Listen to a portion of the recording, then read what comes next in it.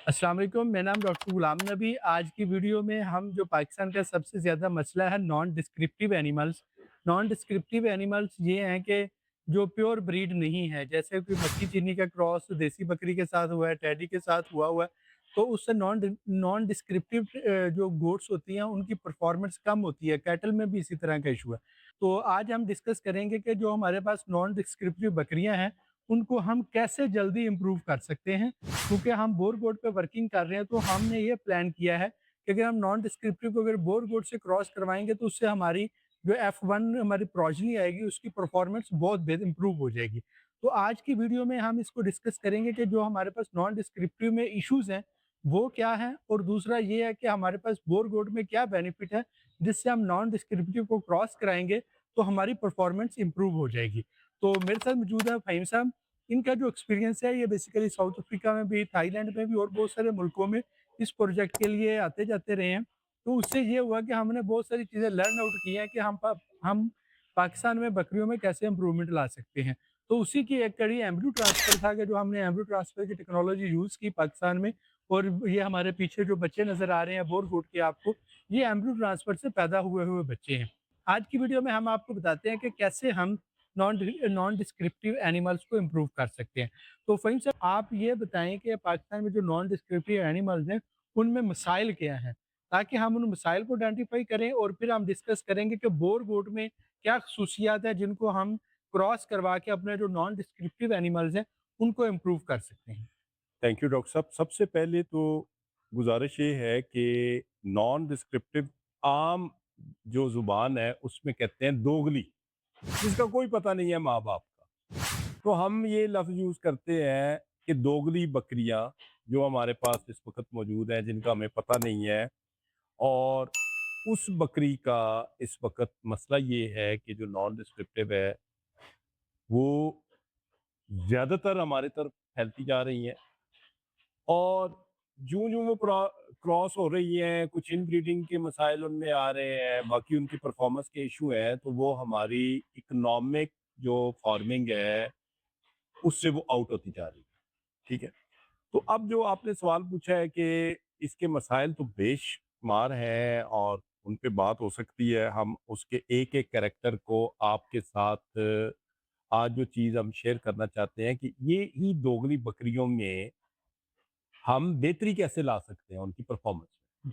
तो वो उनकी ग्रोथ के हवाले से है, उनकी आगे नस्लें बढ़ाने में है, और उनकी इन्वायरमेंट और केयर के बारे में मुख्तलिफ कैरेक्टर एक-एक हम आपसे शेयर करेंगे। और कोशिश हमारी यही है कि आपके साथ हम ऐसी वेरीफाइड इंफॉर्मेशन जिसको कि लिटरेचर भी सपोर्ट करता है, जिसको कि आपके पास अवेलेबल सोर्सेज सपोर्ट करते हैं, उसके तहत लॉजिक के साथ फैक्ट्स और फिगर्स की बात की जाए। तो इसमें सबसे पहले हम बर्थ वेट को कंपैरिज़न कर लेते हैं कि जो हमारी, अगर सपोज़ हम मक्खी चीनी की बात करते हैं या बीतल की बात करते हैं, प्योर ब्रीड की हाइट बहुत अच्छी है और उसका बर्थ वेट भी अच्छा है। लेकिन नॉन डिस्क्रिप्टिव में जो हमें इश्यू आता है कि उसका स्ट्रक्चर छोटा हो जाता है, और दूसरा ये है कि उनमें फिर बर्थ वेट का भी इश्यू आता है। जिस बच्चे का बर्थ वेट ही कम आना है, तो उसमें हम उसका जो life time performance birth weight के साथ अफ़ेक्ट आती है। तो इसमें हमारे पास जो बोर गोट में बर्थ वेट हमारे फॉर्म पे क्या आया है? डॉक्टर साहब, गुजारिश ये है कि जो नॉन डिस्क्रिप्टिव का बर्थ वेट पाकिस्तान में राइज है डेटा के मुताबिक, वो 1.5 से 2.5 किलो है। जी, नॉन डिस्क्रिप्ट का बच्चा जो बर्थ वेट है वो यही होता है। और अगर आप इसको बोर से क्रॉस कर लें तो ये 2.5 से 3.5 किलो पे चला जाएगा। सबसे ठीक। पहला फर्क तो यहाँ पर पड़ जी, जाएगा कि अगर आपने आर्टिफिशियल इंसेमिनेशन से कर लिया या नेचुरल ब्रीडिंग से कर लिया, वो है। पाकिस्तान में जो नॉन डिस्क्रिप्ट है उसकी तकरीबन डेली जो वेट गेन है वो आता है 50 से 100 ग्राम। ठीक, और अगर आप इसको क्रॉस कर देंगे बोर के साथ तो ये आपका चले जाएगा 150 से 250 ग्राम तक, 250 ग्राम। जो हमारा डेटा शो कर रहा है। उसके बाद आ जाती है एक चीज, फीड कन्वर्जन रेशो। तकरीबन 6 किलो से लेके 10 किलो तक चारा खाने के बाद नॉन डिस्क्रिप्ट 1 केजी, डिपेंड करता है कि चारे का और फीड का आप कौन सी फीड उसे दे रहे हैं, जी, वो 1 किलो वेट गेन करेगा।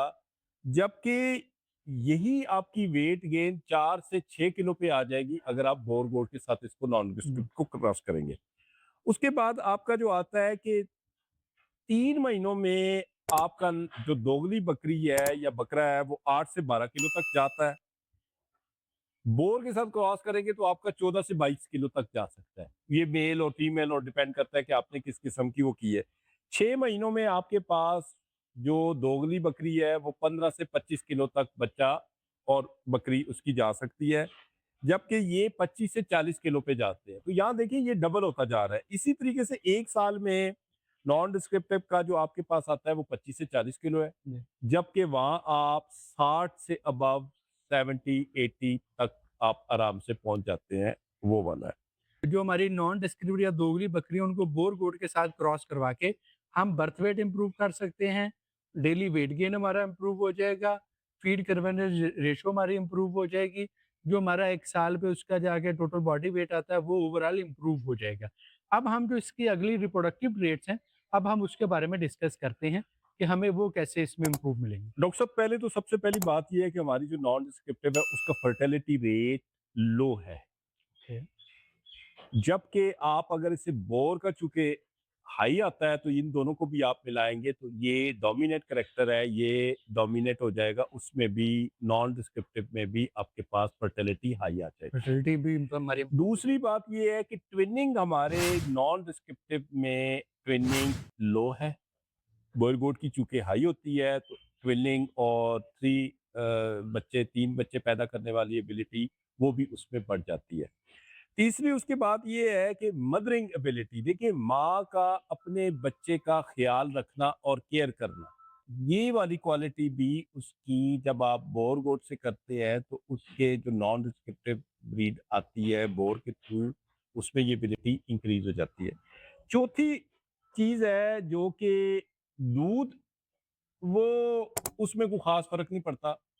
दूध हमारी नॉन डिस्क्रिप्ट का भी बहुत कम होता है और वैसे वो जो बोर के साथ आप क्रॉस करते हैं क्योंकि वो मिल्किंग में इतनी अच्छी नहीं है तो वो आप कैरेक्टर आप समझ ले इनका बराबर है।